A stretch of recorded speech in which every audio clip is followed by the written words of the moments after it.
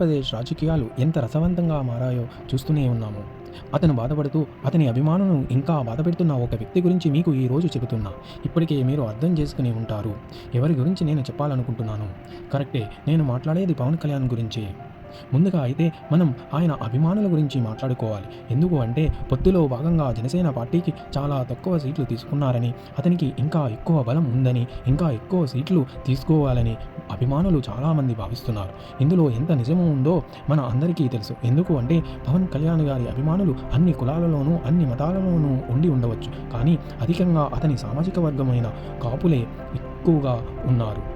కానీ చాలామంది కాపులు ఇప్పటికే కాంగ్రెస్ పార్టీలోనూ అలాగే తెలుగుదేశం పార్టీలోనూ ఎప్పటి నుంచో కొనసాగుతూ ఎమ్మెల్యేలుగా పదవులను కూడా పొందారు.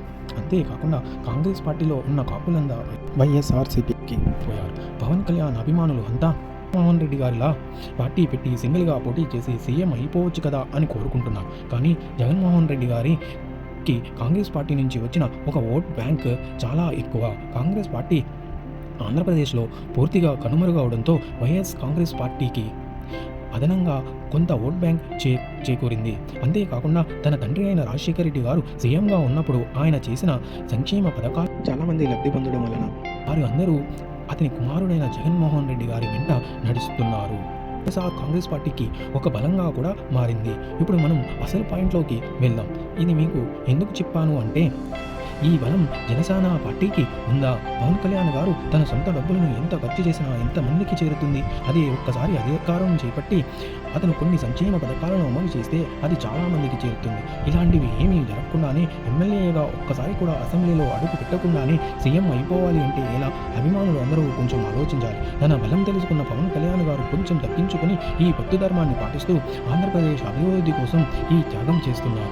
ఈ రోజు జరిగిన సభలో కూడా అతను ఎంతో క్లియర్గా పొత్తు ధర్మం గురించి చెప్పారు. దేశంలోని 175 సీట్లలో జనసేన పోటీ చేస్తుంది, అలాగే తెలుగుదేశం పోటీ చేస్తుంది, అలాగే బీజేపీ కూడా పోటీ చేస్తుంది అని భావించి మీరు ఏ పార్టీకి ఓటేసినా అది మన జనసేనకే ఓటు వేసినట్టు అని జరిగిన మీటింగ్లో చెప్పారు.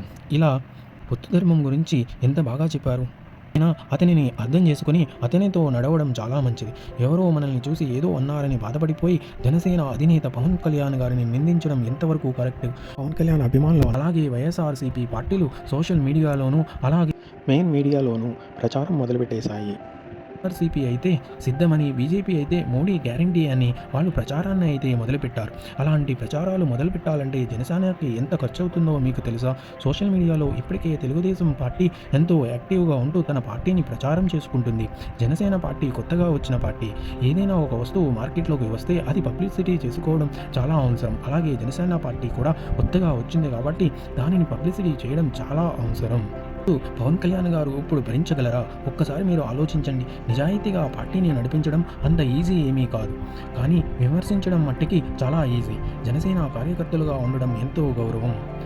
ఆ పార్టీని సపోర్ట్ చేసి తెలుగుదేశాన్ని, బీజేపీని గెలిపించుకోవడం ఈ ఆంధ్రప్రదేశ్కి ఎంతో అవసరం. జనసేన మీకు ఈ వీడియో కనుక నచ్చితే మా ఛానల్ని సబ్స్క్రైబ్ చేసుకోండి, లైక్ చేయండి, షేర్ చేయండి. మనలాంటి వాళ్ళు ఎందరో స్వచ్ఛందంగా సోషల్ మీడియాలో సపోర్ట్ చేయాలని నేను మిమ్మల్ని కోరుకుంటున్నాను.